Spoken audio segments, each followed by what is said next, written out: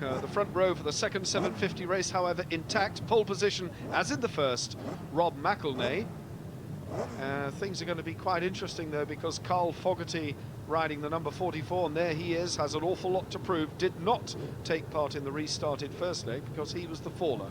But the machine apparently all well, and world endurance champion Carl Fogarty with an awful lot of work to do.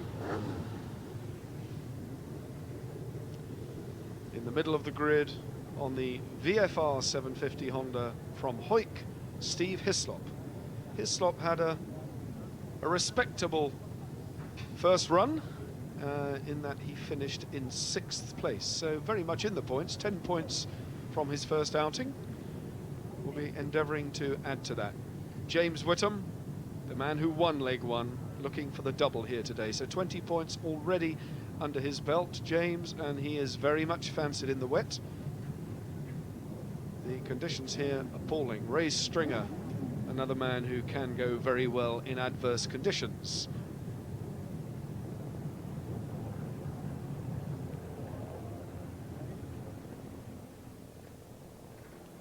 Making their way on round the warm-up lap, but there you can see it. Whitham took the first win from McElnea. David Jefferies, a startling 3rd place. Ray Stringer, Brian Morrison and Steve Hislop. So 20 points go to Whitham for the win. The points 2017, 15, 13, 11, 10, all the way down to 1 point for 15th place as the riders reform on a very soggy grid indeed. Roger, this is not going to be easy, but clearly some of the riders will like these conditions more than others. Yeah, of course, the conditions are totally different from the first leg, and this will really prove to be a totally different race. 10 laps. This will be shortened from the original, so something of a short sprint for them by modern day standards. This, the 750cc Super Cup leg 2 at Oulton Park, is go. Everyone safely away down towards Old Hall Corner, and Fogarty chopping and changing in the middle of the pack, but again it was the number 6 James Whitham who hit the front. There's a lot of water about, and they are really treading on ice in these conditions. Look at the spray. It must be almost impossible for anyone lower down than 10th place to even see what's going on. Whitham, however, hit the front. Fogarty has got quite a bit to do, and he won't want to go home from this meeting with no points at all, so Fogarty just sitting there behind Jamie Whitham. Number 44, Carl Fogarty in 2nd. Race leader, however, from Huddersfield, looking for a double, James Whitham, but 10 laps in these conditions, extremely tricky indeed. Extremely tricky indeed, to say the least. As you said, visibility is going to be the biggest problem here today. With the cameras too, as you can see, that's rain on the lens that's causing that problem, but really you've got to point the bike and keep the throttle open. It's a bit like going down the motorway behind a lorry that's with loads of spray coming off it, but on the motorway you can adjust your speed. Here you've got to go flat out. Whitham has no one in front, and you can see the onboard camera on James Whitham's bike, and he's the man that can set the pace. He's got the road clear ahead. You see it shake a little bit there as the back wheel spun as it came over the hill. Coming into Druids, the double right-hander, and that's the view that James Whitham's got of a very, very slippery Oulton Park, and isn't he lucky that there's no one in front. A lot of water about then. Rob McElnea, number 2, up into 2nd place. Fogarty slipping down the order. Steve Hislop, who is an extremely accomplished rider, 9 TT wins under his belt, and Steve Hislop adapting very well to the short circuits on the incredibly quick and very light. And I have it on fairly good authority that his bike is about 25 kilos lighter than the production RC30 Honda. So again, Whitham and teammate neck and neck. Rob McElnea, number 2, but we're riding with the number 6 bike of Jamie Whitham back in front again. He desperately wants to get clear road ahead of him. These two Yamahas proving to be invincible. They came home in 1st and 2nd places respectively in leg 1. Hislop on that occasion was 6th, but now he's 3rd. Number 11 then, Steve Hislop on the Honda, the only Honda on the front row. And in fact, the only Honda really in the race worth mentioning, because his teammate Phil McCallan did not finish the first encounter. McElnea in 12th place at the moment, so Fogarty on the Ducati in 4th. This is the 3rd place man, Steve Hislop, and it would be very nice, or very nice fillip to Hislop's confidence, back with Whitham again, if Hislop could pull this one off. But he's going to have to pull something out of the bag, I suspect. Whitham's a hard man to beat in these conditions. Whitham's a hard man to beat in any conditions, to be quite honest.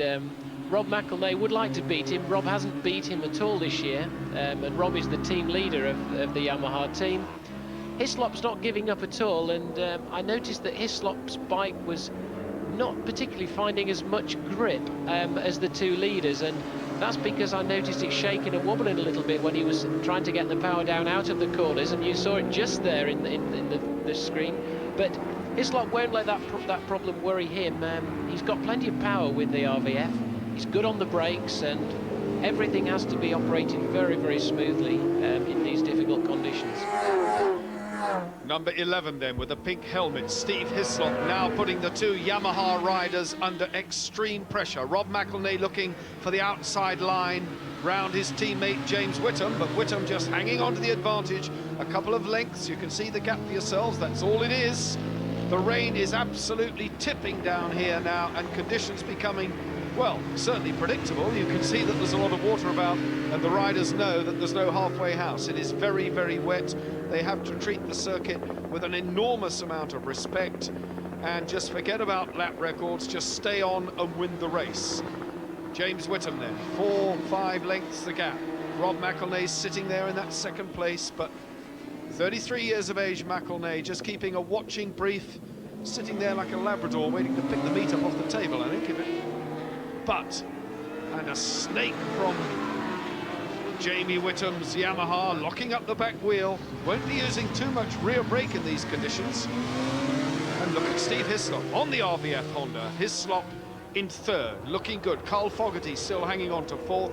Brian Morrison has moved the Kawasaki, and the Norton, with Moodie at the helm, is up into 6th. Surprisingly, Fogarty's not pulling out the stops, and that's Brian Morrison who's got ahead of Fogarty by the looks of things, so that puts Brian Morrison up into 4th place on the Kawasaki, but no catching these guys. Whitham is dynamic when it comes to wet weather riding. He's got a very good style. You notice that he leans off the bike and keeps the machine as upright as possible, which is the best way that he's going to get grip out of the bike. There he goes, he leans off the bike, tries to keep the bike as upright as possible, nearly disappears over the side of it there, but that's by far the best style to ride in these conditions. Could well be these two Yamaha men might just trip each other up. And lurking there in 3rd place, though, of course, Steve Hislop, number 11, and he's in a beautiful position. He's far enough back, unlike the first encounter when he almost collided with Carl Fogarty as Fogarty tipped off. Steve Hislop on that occasion had to take to the grass. He's just staying back far enough to keep a watching brief that should anything befall these two. And it's Whitham just holding off from Rob McElnea. 5 lengths, you can see how close it is, just a fraction of a second. Number 44, Carl Fogarty, has retired from the top 6 and is indeed in the pits now. That puts Jim Moodie on the Norton up into 5th. And a good result, 6th place for young Mike Rutter, just 21 years of age. So Rutter now in the top 6 in his first full Supercup series. Good result for him, son of Tony Rutter, former TT regular, and a big moment there for Steve Hislop. What's important to do is for the riders to keep off the white lines. The white lines are particularly slippery. There's a huge gap, you see, between 3rd and this is the 4th place man, bike number 5, Brian Morrison. Then we have another big gap towards the Norton, and that's not the Norton, that's Michael Rutter. The Norton is behind on bike number 25, so Michael Rutter's got ahead of the Norton, but Moodie will be finding that bike difficult to ride in these conditions, although it's got a wide spread of power, tricky to ride, definitely. My bet is, though, that McElnea's sitting here, sitting and waiting behind Whitham, and Rob McElnea certainly has a smoother riding style, although I do believe that Whitham has the aggression. It's all going on at the front of the race, as you can see. This is frantic action between two teammates. There won't be any team orders, but they will obviously have not just their own, but each other's interests at heart. Jamie Whitham, you can see the rain absolutely bucketing down, but he's got a good, clear track ahead of him, but he knows full well that Rob McElnea is sniffing first to the left, then to the right, climbing all over the back of the number 6, Jamie Whitham. But the young Yorkshireman, just 26, having to keep his head round here in very, very difficult conditions indeed. The water just lying in deep pools in certain parts of the track. This is the right-hander, cranked hard over, second gear out of here, not too much throttle, feeding it in very, very gently, pulling away. The beauty of a big four-stroke is does have a relatively smooth power delivery. If this were a 500cc two-stroke Grand Prix bike, I think it might just be a different story. But Whitham, number 6, and he might be riding one of those at Donington Park at the British Grand Prix, who knows? McElnea still there in second, and over the top of the hill, it's still Steve Hislop. Hislop's been trailed off a little bit now. It could be down to the brand of tyre that Hislop uses. He uses Michelin tyres, and these two men at the front are using Dunlops, which are seeming to prove to find the best grip at this stage. I did notice that the first corner after the start and finish, which they're going to be approaching very soon, after Old Hall, Lodge Corner coming up, Old Hall is the one that I'm talking about. There is a very big puddle forming on the apex of that corner, so the riders are having to alter their line. The lone Honda then of Steve Hislop in pursuit of these two men. Number 6, Jamie Whitham, then Rob McElnea. Jamie Whitham, who has had 6 wins from 7 major national starts this year, is on his way to make it 7 wins from 8 starts. But Rob McElnea, number 2, has very different ideas and would certainly like to do something about getting past his teammate and maybe regain the crown that was his in 1991. James Whitham, on the other hand, has never won the Supercup championship, and it would be a really nice year for him. And I think this could well be James Whitham's year if he goes on the way he started the season. And he can do it in all conditions. You can see just how well he's riding in the wet. He's certainly very impressive in the dry. Formation riding between these two, but McElnea might just push James Whitham into a mistake. At the chicane, they're dropping Steve Hislop away just a fraction now. The Yamaha's pulling away. The gap almost 3 seconds between second and third place man. Buckingham up to 5th, you see there, and Michael Rutter, the youngest rider in the race. I think he's just 19 years old, in 6th place, so the Stuart Med team will be very happy with him as McElnea and Whitham speed up Clay Hill, come into view towards Druids, and McElnea's having a go. He's having a go, and through goes McElnea, and there you see the shot from James Whitham's bike of the big burly Humbersider Rob McElnea in front of him. Whether Whitham's going to out-drag him down to Old Hall Corner, and he's up the inside on the brakes. Fantastic stuff this, but McElnea's not having any of it, closes the door, and this could be Big Rob's chance to beat his teammate, young Whitham. Superb pictures. McElnea now 2 lengths away, but Whitham won't take this lying down, I can assure you, and rockets past. He's on the outside, and he's going to have to tip the bike in round the outside of McElnea, which he does superbly with an almighty twitch from the rear end. But Whitham again has got his nose out in front. There's a tail ender ahead of them, and this could pose a problem for James Whitham. Whether he goes to the right or to the left, he'll have to make a split-second decision. Number 38, the tail ender, Tim Lee, is about to be zapped, I think, by these two Yamaha men. In fact, there it is happening. Island bend, up towards the right-hander again. Jamie Whitham, having had just a few seconds of second place, wasn't too keen on it, thought, well, maybe I'd better get out in front where I can see where I'm going. A point worthy of mention is that up into 5th place, as Roger Burnett said, Alex Buckingham, the Barnstable rider. This was quite a sensational manoeuvre by James Whitham to go all the way around the outside of a rider in dry conditions or wet conditions. Really does take some doing. But I think Rob McElnea was hesitant because you could see there was a large puddle on the apex of that corner, and it really is affecting the riders' lines around there, and that will continue all the way through to the end of the race. Whitham really has opened a gap now, and I can only think that we've lost McElnea. McElnea must be lost somewhere because Whitham's sliding and snaking around, but he wouldn't have pulled that great distance out on McElnea in the amount of space. But we'll have to wait and see what's happened.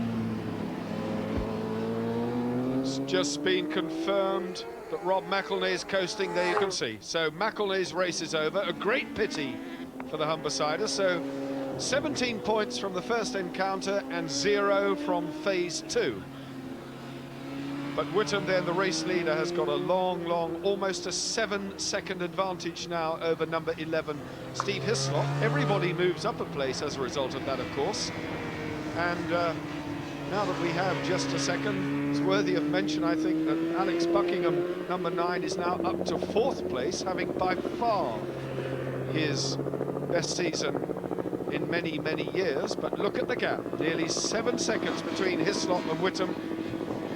And Steve Hislop has absolutely no answer for James Whitham, who, having shaken off the challenge from Rob McElnea, knows that all he has to do now is cruise.